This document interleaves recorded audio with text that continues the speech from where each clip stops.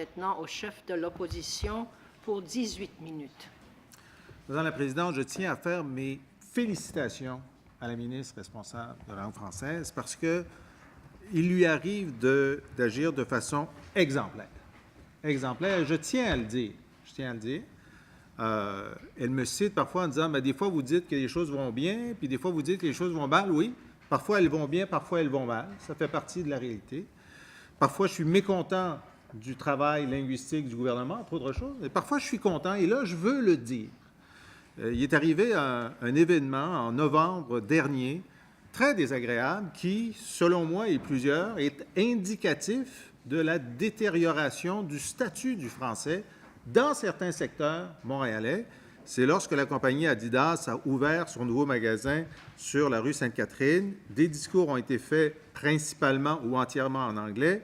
Et là, il y a un porte-parole francophone qui a pris la parole pour dire, et je le cite, « Je vais dire un mot en français pour accommoder la Ville de Montréal et les médias francophones. » Comme s'il fallait s'excuser sur la Catherine de dire quelques mots en français et se justifier en disant, il y a peut-être la Ville de Montréal et des médias francophones, ça fait excusez-moi, je devrais parler français.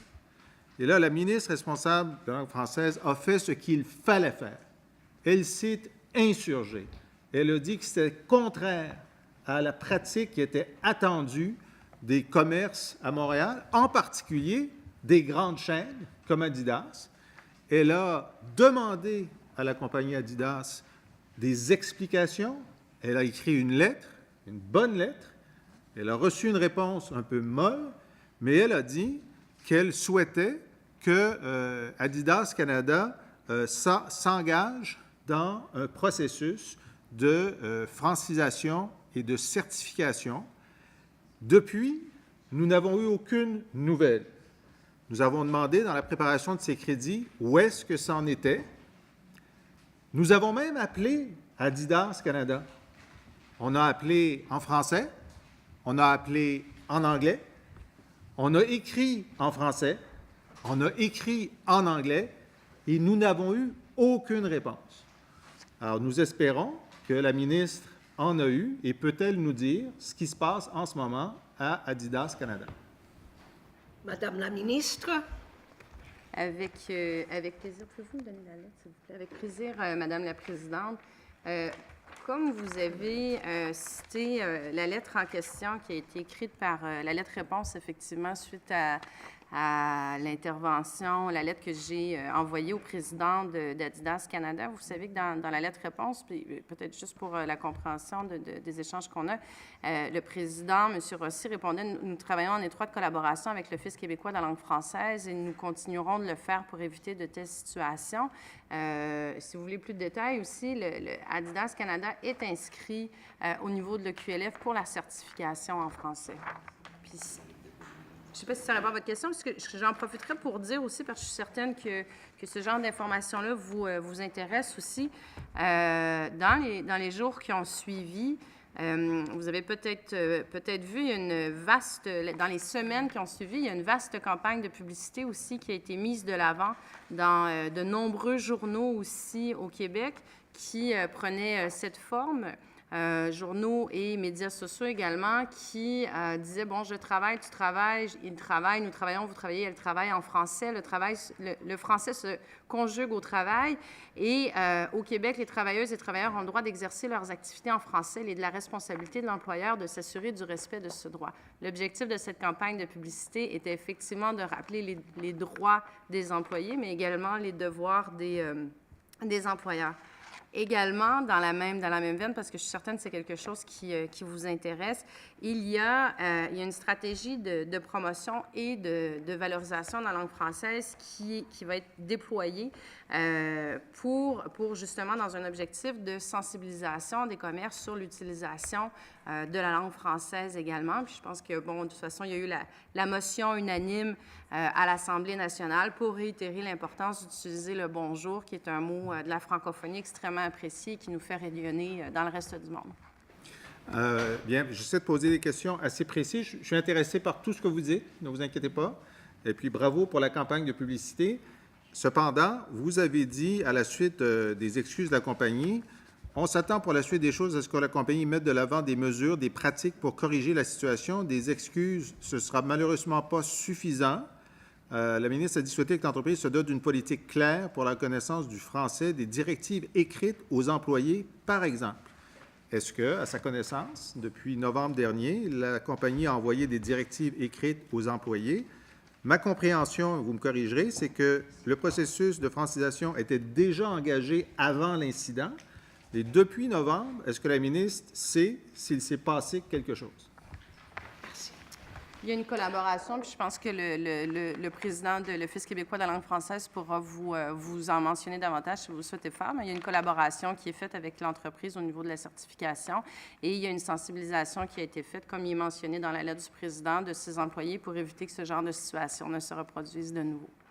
Bien, la lettre, c'était le jour de votre lettre, donc il n'y avait pas eu le temps d'envoyer des directives. Donc, est-ce que le président de l'Office peut venir nous dire s'il a des informations sur des actions qui ont été prises au sein de l'entreprise depuis novembre? Monsieur Vézina.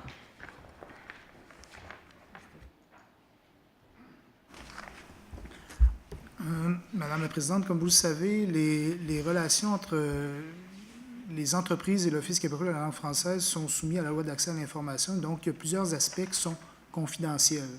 Ce que je peux vous dire, c'est qu'effectivement, l'entreprise Adidas est une entreprise sous gestion, c'est-à-dire qu'elle était inscrite à l'Office, elle l'était avant l'incident.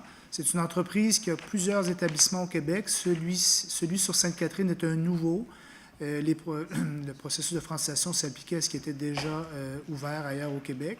C'est une entreprise qui actuellement collabore très bien avec l'Office et qui suit son programme de francisation tel que prévu. Et oui, l'Office est activé depuis cette... on était déjà actif, mais depuis l'incident en question, bien entendu, l'Office a agi. Est-ce que l'Office sait que si l'entreprise a envoyé des directives écrites à ses employés au sujet de l'utilisation du français, comme a demandé la ministre? Ça, c'est des informations confidentielles. Bon. Alors donc, vous nous dites, je ne peux rien vous dire, sauf de vous dire qu'il y a de la collaboration. Tout à fait. Quand est-ce qu'on saura si l'entreprise, parce qu'il y a un moment où elle reçoit son certificat de francisation, est-ce que vous pouvez nous dire si ça va être en 2018? Je ne peux pas vous le dire. Vous ne pouvez pas nous le dire. pas Ça vous le fait dire. combien de temps que Adidas est en processus d'obtention de son certificat? De mémoire, je pense que ça fait quelques années seulement. Quelques années. Oui, donc je pense que c'est 2014. Je vous remercie. Donc, effectivement, dans la foulée de ça, je tiens à féliciter encore une nouvelle fois la ministre qui a eu l'audace de dire quelque chose d'extrêmement important, que le français, c'est la langue commune et que l'utilisation et la généralisation du « bonjour aïe », a-t-elle dit, est un tic langagier et un irritant. Et je tiens à la féliciter d'avoir eu le courage de dire que le « bonjour aïe » était un irritant. Et comme on a voulu avoir aussi l'appui des autres membres de son gouvernement, on a retiré le mot « irritant » qui semblait irriter le premier ministre et certains autres, et on a fait voter une résolution qui dit que l'Assemblée nationale réaffirme clairement que le français est la langue officielle et commune du Québec, qu'elle prenne acte que 94 % des résidents du Québec comprennent le français, un chiffre qu'on aime beaucoup, qu'elle rappelle que le mot « bonjour » est un des mots de la langue française les plus connus chez les non-francophones du monde, qu'elle rappelle que ce mot exprime magnifiquement la convivialité québécoise, qu'en conséquence, elle invite tous les commerçants et tous les salariés qui sont en contact avec la clientèle locale et internationale à les accueillir chaleureusement avec le mot « bonjour ». Merci à la ministre d'avoir voté en faveur de cette motion, qui était coparrainée d'ailleurs par le premier ministre, le chef de la deuxième opposition. Elle a dit à ce moment-là qu'elle avait eu des conversations avec le président de la Chambre de commerce du Montréal métropolitain pour lui demander, et je la cite, pour qu'il réitère aussi à l'ensemble des commerces du centre-ville de Montréal l'importance, parce qu'il y en a qui le font très bien, il y en a d'autres, on est encore avec le « hi, bonjour » qui devient presque un tic langagier pour certains, qu'il, lui, Michel Leblanc, réitère cet aspect-là de métropole francophone, de l'importance d'être sensible à ça. Alors, nous avons demandé pour les crédits, mais quel suivi avait été fait de cette conversation avec le président de la Chambre de commerce de Montréal? Nous n'en avons eu aucun. Alors, je demande à la ministre, est-ce que, compte tenu du tollé que sa déclaration et la motion unanime a suscité chez plusieurs membres de son gouvernement qui en ont eu honte et qui l'ont désavoué, est-ce que ça a voulu dire que ça s'est arrêté là et donc qu'elle a été mise en minorité par son propre gouvernement, qui avait honte de la motion, qui ont dit au contraire que le bonjour aïe, a dit la ministre de l'Immigration, est un signe de respect, et donc un signe de respect, dans mon dictionnaire, à moi, c'est le contraire d'un irritant. Alors, est-ce que, donc, le gouvernement a été tétanisé par la réaction dans les médias anglophones et chez les membres anglophones du gouvernement, ou est-ce que la ministre a tenu bon et a fait en sorte qu'à la Chambre de commerce de Montréal et que dans sa propre action, il y ait une volonté de convaincre les commerçants de dire bonjour et d'arrêter de dire bonjour. Madame la ministre. Madame la présidente, le député de Rosemont a une capacité à réécrire l'histoire qui est fulgurante. Puis je me demande si je viens pas de trouver la clé de ce que je cherchais, la raison pour laquelle il fait justement les volte-face constants dont je parlais au début de cette histoire. Pour répondre à votre question, il y a eu une motion unanime. Elle était très unanime. Elle disait ce qu'elle disait. Je l'ai appuyée. Je n'ai pas changé de position depuis ce temps-là. Le 24 novembre 2018, vous me parlez de Michel Leblanc, le président de la Chambre de commerce de Montréal, qui était en entrevue et qui disait « C'est clair que les entreprises doivent travailler dans la langue française. La Chambre de commerce accompagne les commerçants situés sur les artères commerciales à Montréal pour favoriser les échanges francophones. » Et il disait donc « Parler en français, aider les employés à pratiquer leur français. » Et les immigrants avec qui on travaille sont désireux d'apprendre le français. Je vous ai parlé du jumelage linguistique qui se fait exactement dans ces quartiers. Je viens de vous parler également de la stratégie qu'on est en train de mettre en place justement pour sensibiliser l'utilisation à ces mots. Donc, je pense que vous avez toutes les réponses à votre question. Je suis très dur de comprendre, vous allez m'excuser, mais ce que je veux savoir, si, bon, par exemple, dans cette campagne de sensibilisation qui commence, est-ce que, en cohérence avec la motion unanime de l'Assemblée nationale, cette campagne de sensibilisation va demander aux commerçants de cesser d'utiliser le « bonjour aïe » et de le remplacer par le « bonjour ». Madame la ministre.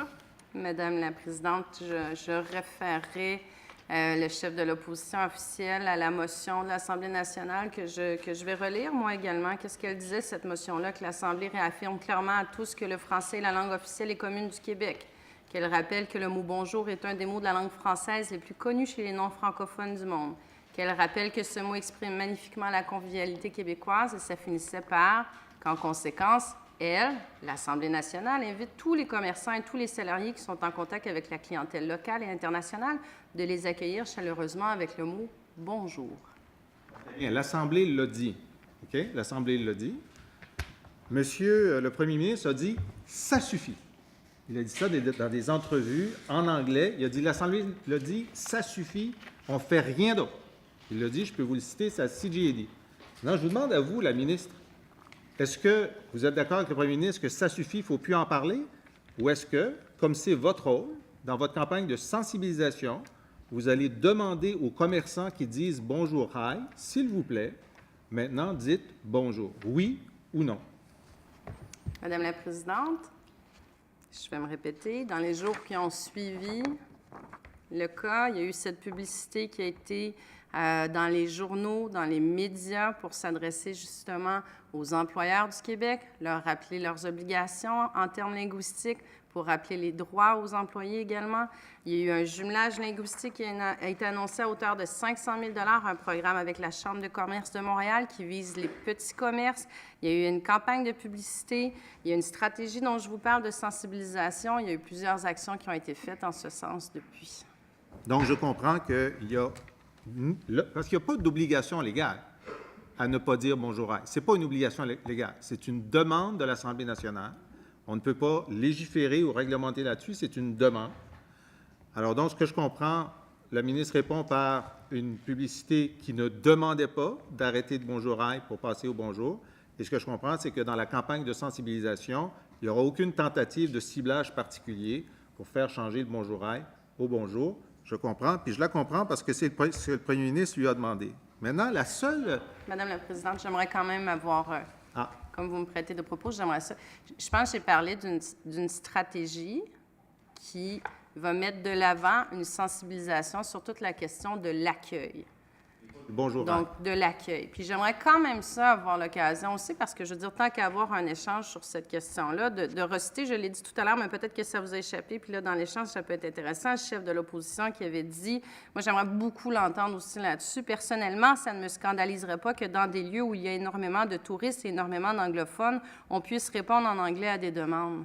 Non? C'est ce que Camille Absolument. Lorrain a mis dans la loi 101. Vous l'avez cité tout à l'heure. Lorsqu'un employeur Je n'avais dit... pas terminé, Madame la ben, Présidente. C'est exactement ce que je dis. C'est parler un petit peu des deux bords de la bouche, là. C'est simplement, si c'est mon tour, une incompréhension absolue de la ministre de la Charte de la langue française qui parlait, elle a cité M. Lorrain parlant de dosage. Le dosage, c'est lorsqu'un employé a un contact usuel avec des anglophones, l'employeur peut réclamer la connaissance de l'anglais. C'est le dosage. Maintenant, je vais juste poser une question parce que la seule donnée que nous avons sur l'accueil bilingue, c'est-à-dire essentiellement le Bonjour Aïe, date d'une étude de mai 2012 de l'Office qui disait qu'entre 2010 et 2012, l'accueil bilingue est passé de 1 % à 13 %.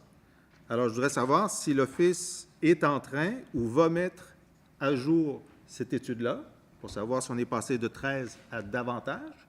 Je pense que c'est le cas. Et si oui, quand on va avoir ce résultat? Et sinon, pourquoi l'étude n'est pas faite? Madame la ministre.